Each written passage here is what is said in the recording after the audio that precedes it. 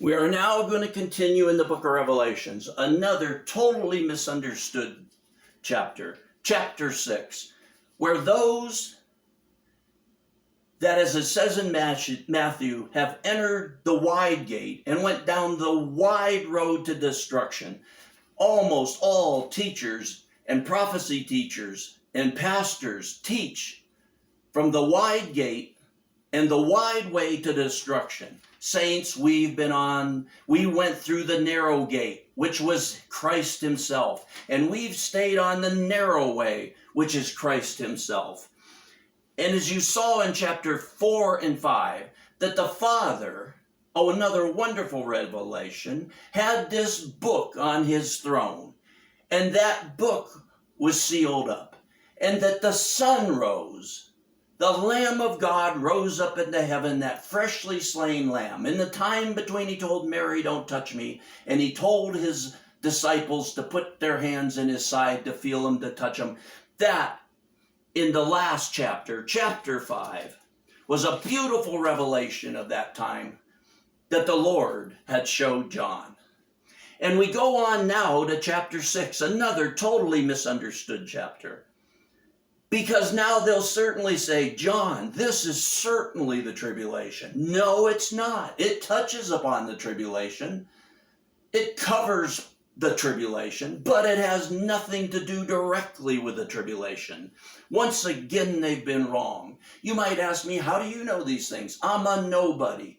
If there's anything God showed me, that he has done this because I am very foolish. And he done this to confound the wise. One day I was just asking God, I'd like to understand the book of Revelations. It seems nobody does. It's so confusing. And his spirit fell upon me. And when I read the beginning of the first book, the revelation of Jesus Christ, I went in that door and this book opened to me in a way I could never know. I am not smarter. I am not better. I am not more righteous. I just had a revelation of Jesus Christ, as Paul would say. And in chapter 6, verse 1, and I saw when the Lamb broke one of the 7 seals, and I heard one of the 4 living creatures saying as with a loud voice of thunder, come, John, come here.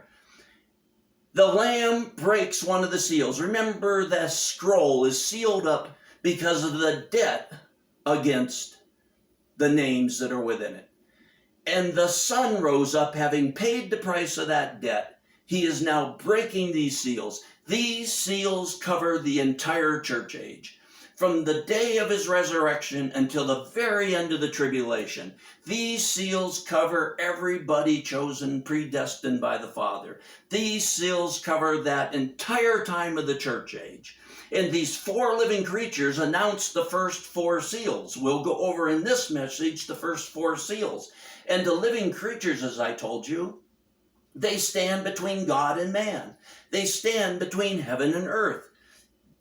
And they are calling John to these messages. And they come for the first 4 because it's in between heaven and earth, God and man. They stand in that place and they bring John to that place to show him these things that will be the purpose of God in these seals, in this book, in this Lamb, and his work. And they said, come. And I looked, and behold, a white horse. And he who sat on it had a bow, and a crown was given to him. And he went out conquering and to conquer. Everybody's telling you that this is Jesus. You will never find in the Bible a reference, a vision, a symbol of the Son of the living God, of God himself, in this sense, and he who sat on it. Yes is not the Lord. And the horse is not what they think. I asked God to show me further about the horse because all I had is what he showed me there in Revelations.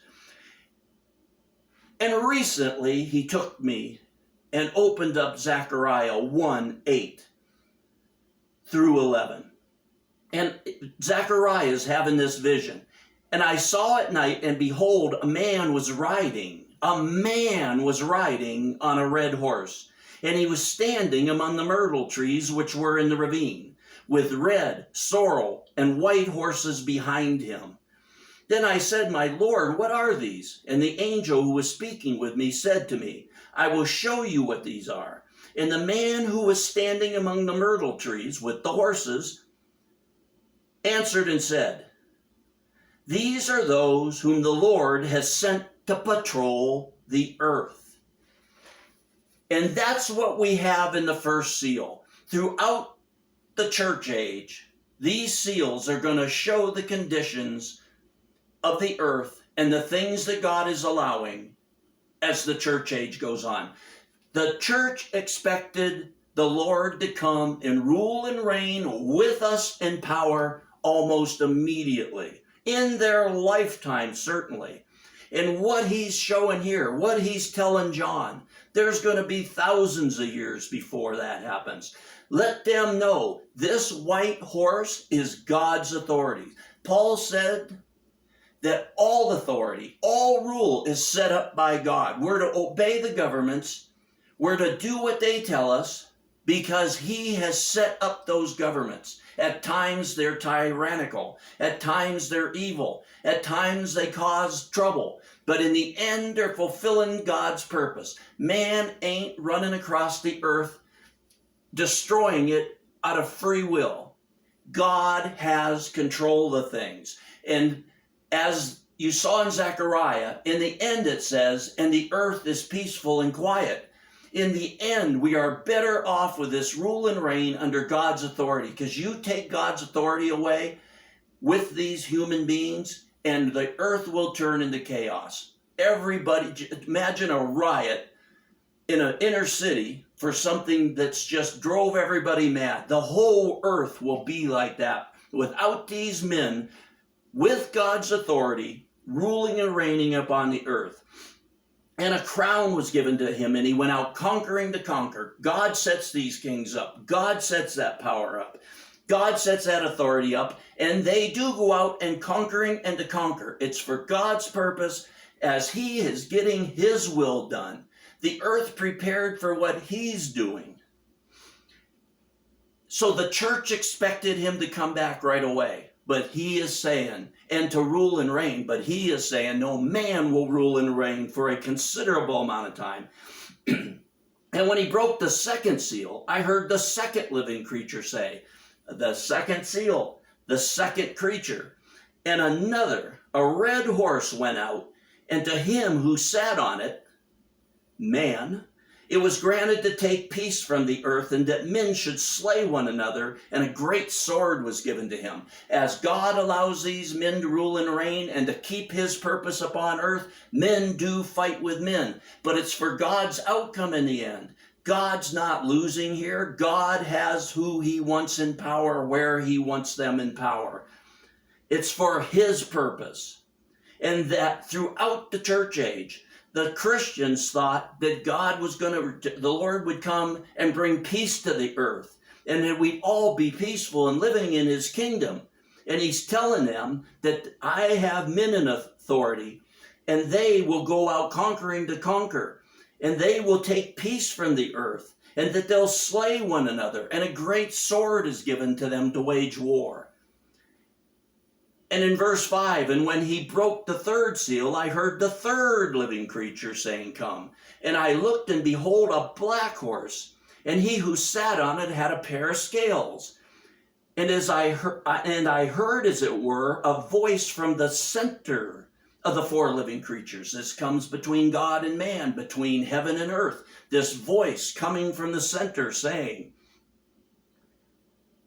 four living creatures saying, a quart of wheat for a denarius and 3 quarts of barley for a denarius. This is a very high price to pay for those things. This shows famines, shortages, severe shortages. The church wanted and expected immediately to him to come back, and we'd live in a land of milk and honey, that we'd eat of the tree of life, that we'd never want, we'd never go hungry. He's saying to the saints, thousands of years are going to take place where there's going to be famines, there's going to be shortages, like you see now. Sometimes they're worse, sometimes they're better. But as all these things are said there, what else did he say in Mark 13, 7 and 8? In these seals we've already seen broken. And when you hear of wars and rumors of wars, and we do, and we are now, and we have through the history of the church, do not be frightened. Those things must take place. They're destined by God. But that is not yet the end.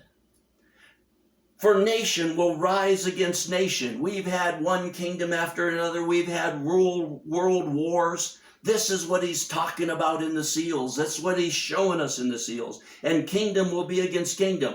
There will be earthquakes in various places. There will also be famines, which we just read about. These things are merely the beginning of birth pains. This goes clear back to the beginning of the church age. It has nothing to do with the tribulation. We have lived this, and the saints have wondered, where is he, for generation after generation? And he's saying, that is not the end. These things is what God has allowed by God's authority. So don't think it's come yet. Don't think these things are unusual. And he says at the end of verse 6, and do not harm the oil and the wine. Do not harm the oil and the wine. Oil and wine back in those days were symbols of luxury. The rich had them. They had them in abundance. The wine for the partying and the gayness.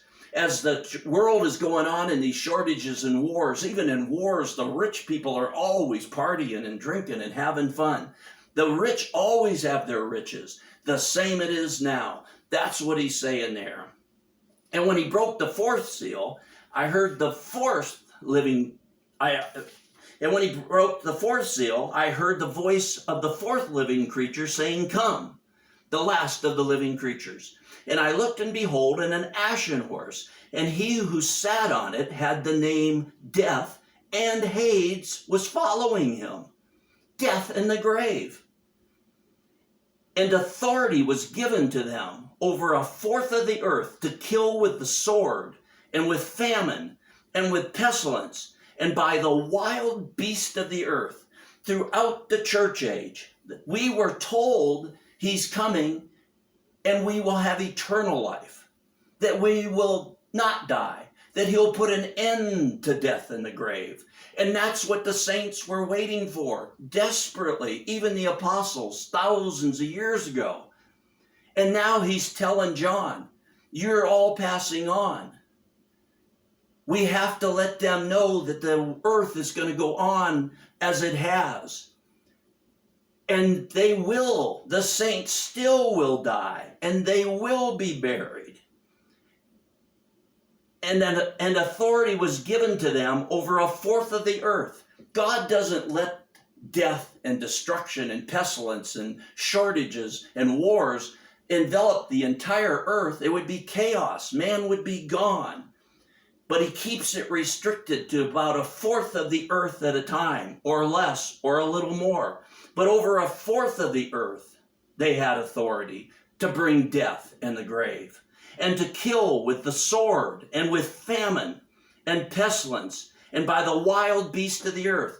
We got very few wild beasts left on the earth anymore, but in the early church age, people were commonly killed by animals. As settlers spread out across the earth, hundreds and hundreds, if not 1,000 years ago, wild animals was a big problem. And Christians would say, you said, Lord, you said, the lion would sleep with the lamb.